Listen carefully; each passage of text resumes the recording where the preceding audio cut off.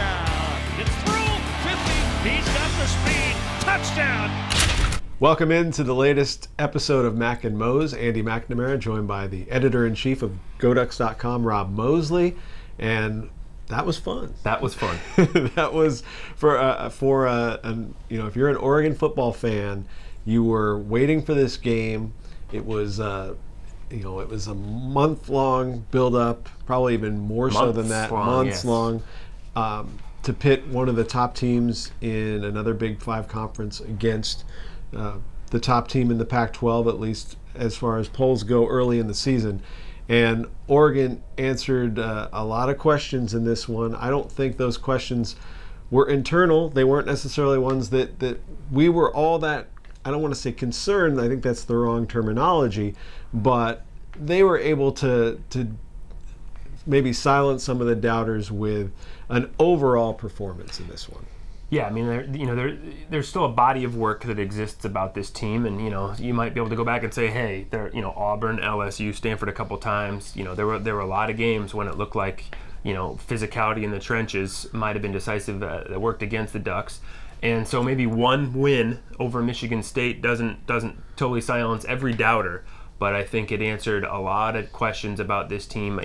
Pretty much every doubt you had about these guys coming out of the losses last year was put to rest, I feel like, in this 46-27 win over Michigan State. One thing to make clear, Michigan State and Stanford are different programs. Very different. They play maybe a similar style defensively, but they have different players, different coaches. So I think it's an overgeneralization to just say, oh, it's just like Stanford. Right. But there were some things about just how physical they play on both sides of the ball. Just this notion that Oregon like to dart around the field and they're hard to catch, but if you do catch them and you can punch them in the mouth, they're not going to react well. Well, I mean, I think that was totally overstated. That was a broad overgeneralization. And the Ducks put it to rest in a lot of different ways against Michigan State. One of the plays early in the game, Keenan Lowe catches the ball over the middle, knows he's going to get lit up, gets lit up, bounces up. I mean, that was a perfect example of, okay, we're going to keep taking your best shots. There was a personal foul penalty against Michigan State. Marcus Mariota scrambles out to the sideline in the red zone, is tackled, and then a player comes in and gives him a little ding, 15 yards, and Marcus gets up. What does he do? Gives him one of these. Typical Marcus. Marcus is so mellow, but as a competitor, he knows what he's doing in that situation. He's like, okay, buddy, if that's how you need to play, right. We're cool. And it reminds you of the UCLA game last year where the same thing happened. UCLA was taking so many liberties, really brushing up against the line of what was late or what was dirty. And Marcus didn't let it faze him. And sort of when you don't let when you make a bully feel like he's not getting under your skin, they're going to stop. And that happened. With the first play of the game Saturday, I think it was, it looked like there could have been a late hit targeting type penalty called, and it wasn't. I almost wondered if that later call was a makeup call. But yeah, I mean, there was a tone trying to be set, and the Ducks weren't to be phased, and they ended up setting the tone. They ended up setting the tone that Michigan State wanted to. It would amaze me how much the roles reversed in this game. That Michigan State ended up being the wide open, air it out, spread team throwing the ball all over the place, and Oregon was pounding the rock at them by the end and stopping the run. It would just totally flip the script. So it just goes to show that whatever narratives exist going into a game, and we all get caught up in them, you just never know once the game kicks off how things are going to play out. And even with the final score the way it was, people that watched the game, I've heard comments, Oregon just turned it on for the last 20 minutes and ran away with it. But if you look at this game, Michigan State had an amazing second quarter. Yeah. Unbelievable. They were able to move the pocket around, buy Connor Cook some more time. He's a legit player, by the way. I mean, he looked like an future NFL quarterback on Saturday.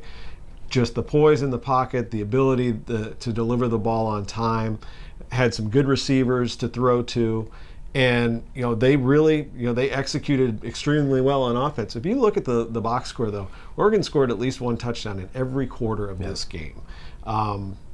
Defensively, in the second half, they made adjustments, and they were the more physical side. They were the ones stopping the run.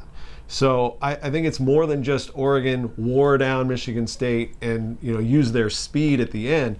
I think it was a physical battle, and I think the defense had a lot to do with that to bring the momentum back in the Ducks' favor. Totally. I got to tell you, I personally appreciated the effort from Eric Armstead and DeForest Buckner, who were simply dominant in this game. Yeah.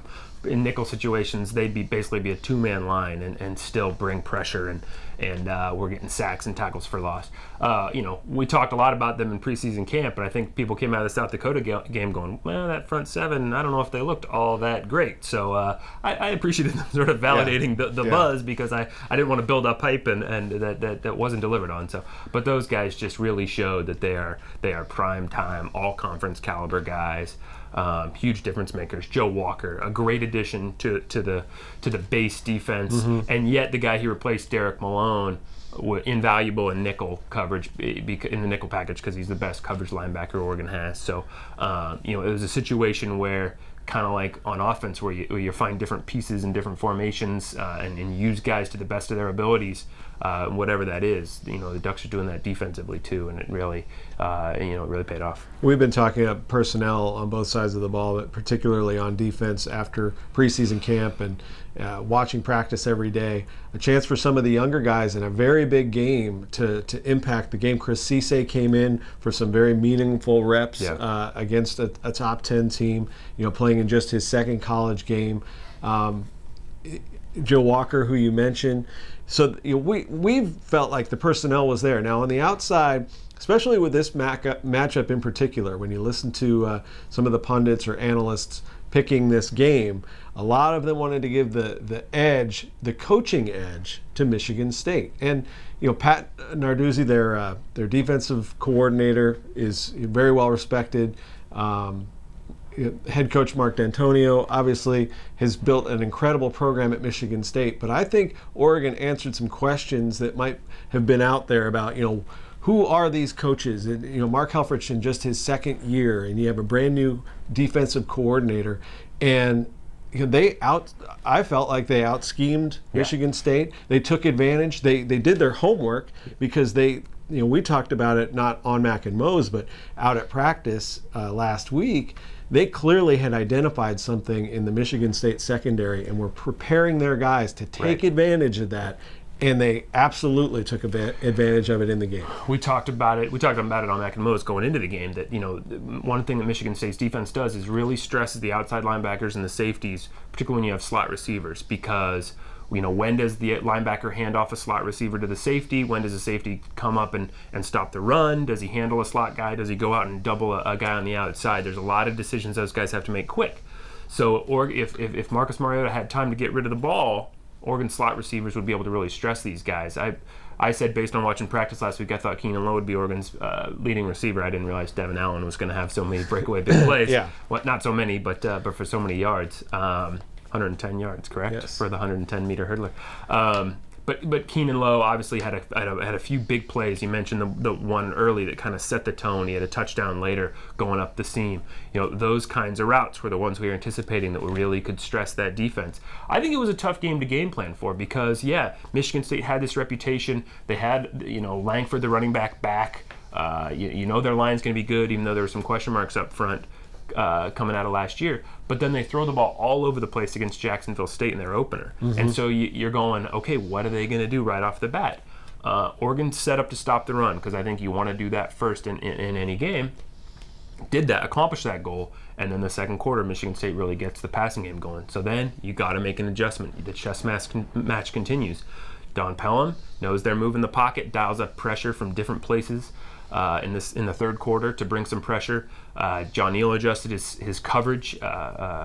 Cook said he noticed a lot more cover 2 from Oregon, and you saw some situations in the third quarter where he hesitated because the coverage had him confused, and that gave somebody like a Tyson Coleman or a Christian French just long enough to come off the edge and get pressure on him, either force an incompletion or get a sack. So you got to give the edge in the chess match to the Oregon staff for sure.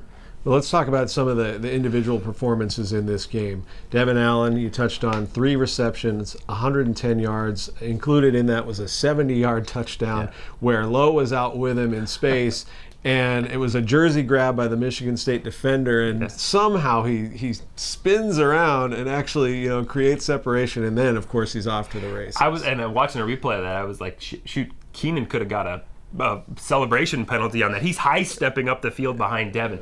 That is why people love Keenan Lowe. The effort to be down the field throwing a block for Devin.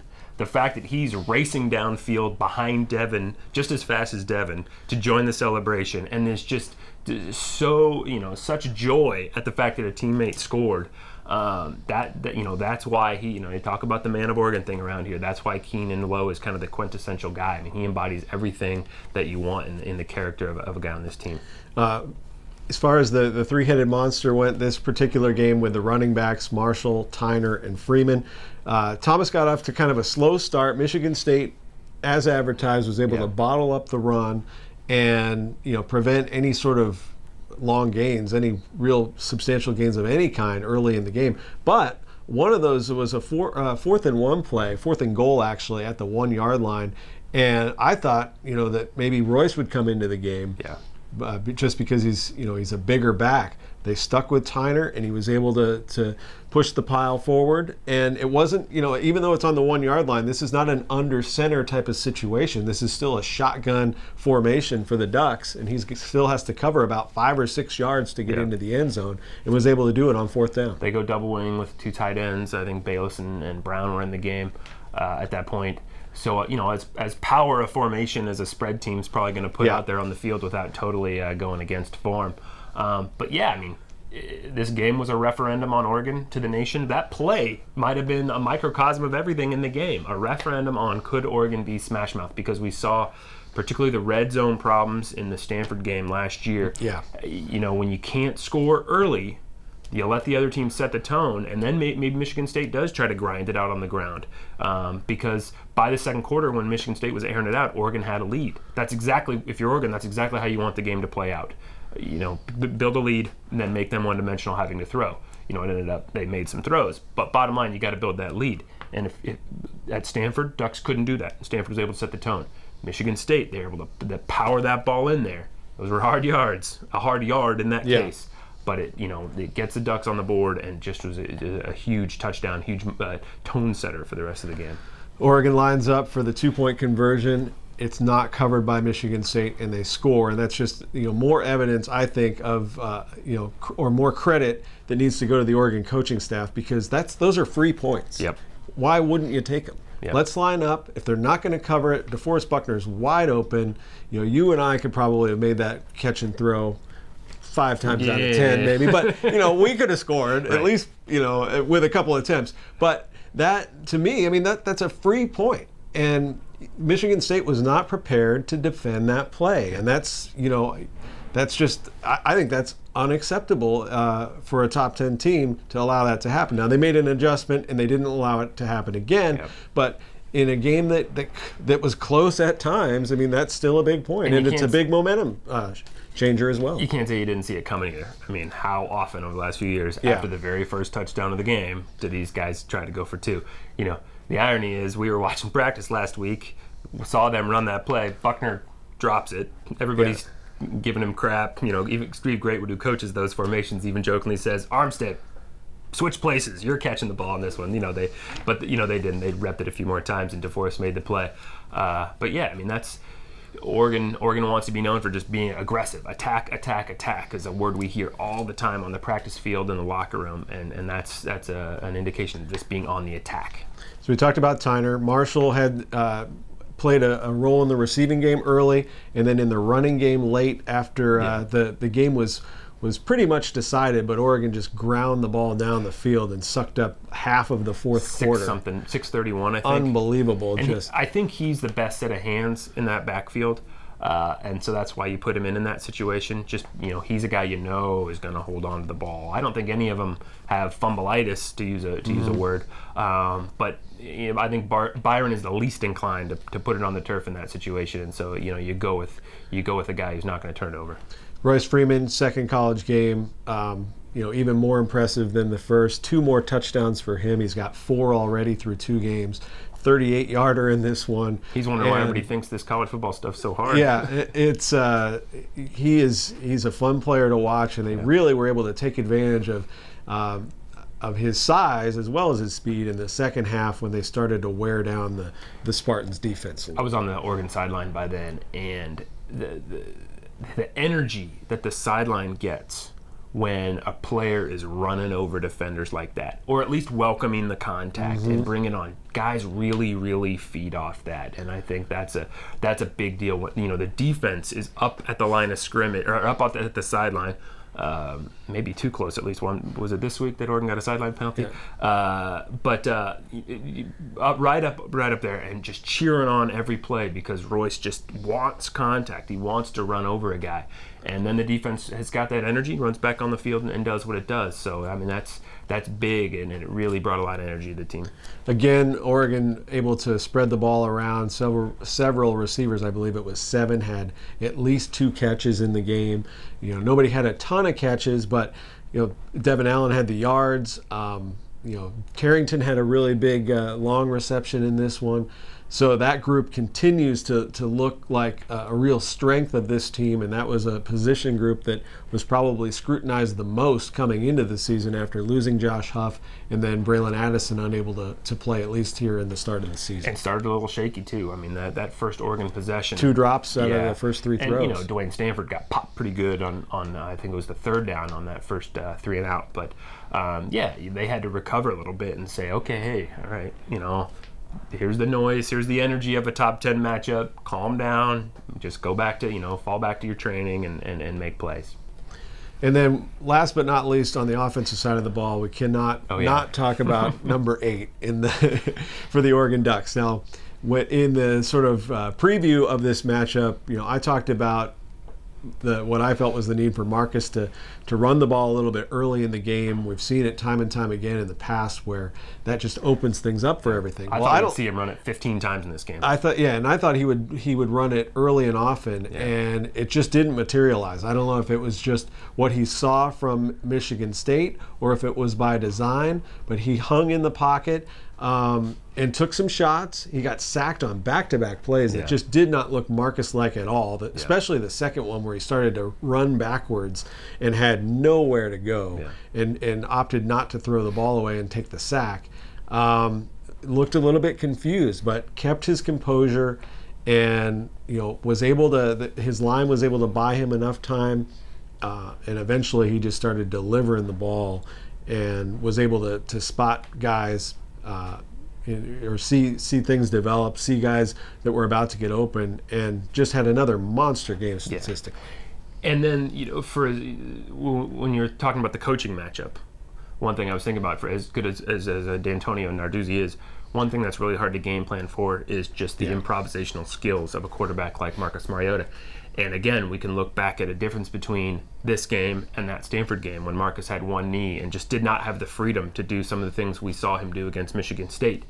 I mean, the pitch play to Royce Freeman to convert that 3rd down midway through the 3rd quarter on I think it was Oregon's first touchdown drive to end that 20 unanswered points by Michigan State. Rolling Stone magazine has something on their website this morning about that play. I mean, that's how much it resonated. It was just something you don't see. It was a bit of magic from a magical player.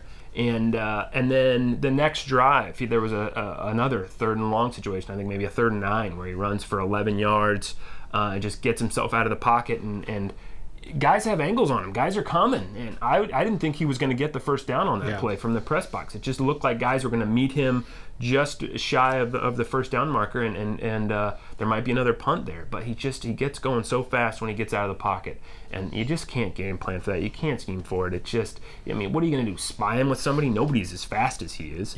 And so, you know, it was just really good to see that. And, you know, it's always going to be a what if. What if he'd been healthy last year? You know, if he's healthy, I don't think the Ducks lose to Stanford. And if they don't lose to Stanford, I don't think they lose to Arizona.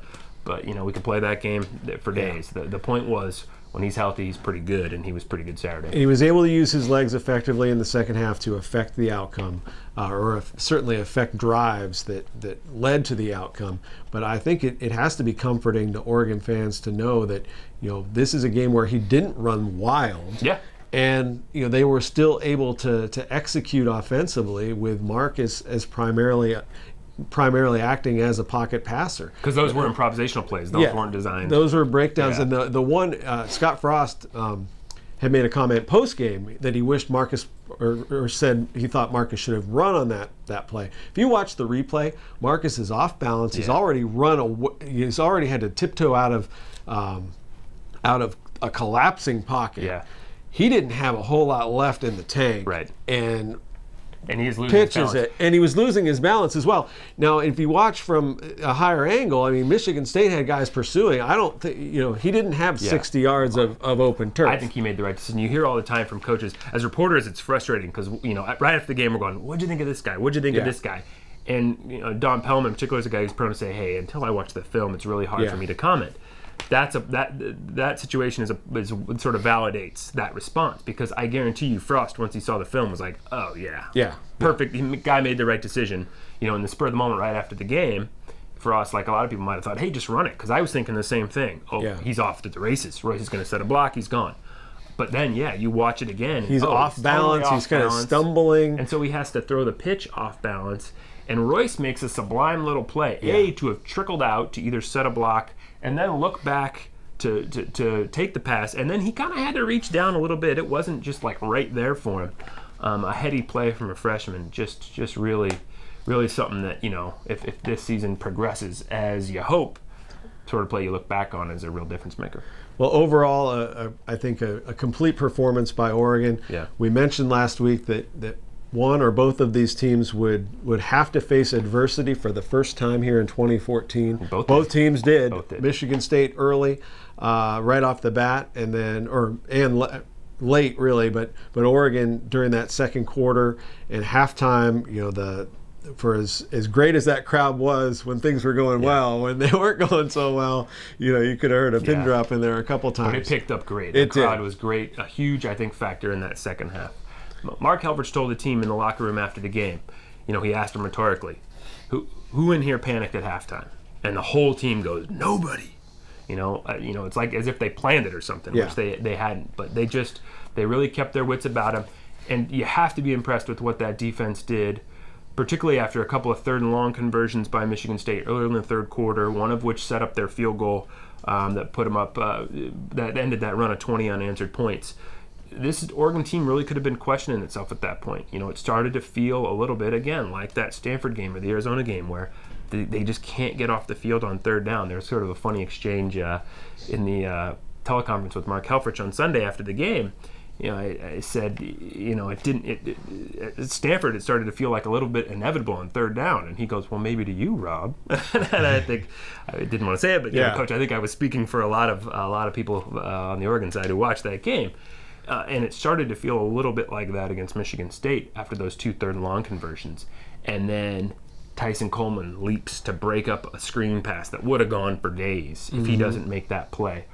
Eric Armstead makes a third down stop. Armstead and Buckner make that huge fourth down stop together in the fourth quarter. And then Ifo Akpreolomu with one of the great effort plays you will ever see on his interception to kind of clinch the game.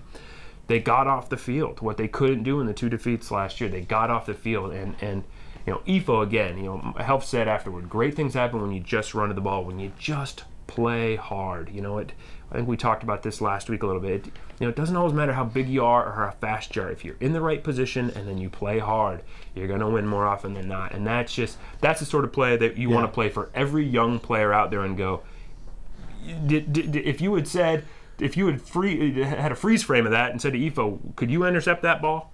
He'd probably go, heck no, because he caught the ball 10 yards from where he started. Literally 10. He's like standing on 1 yard line.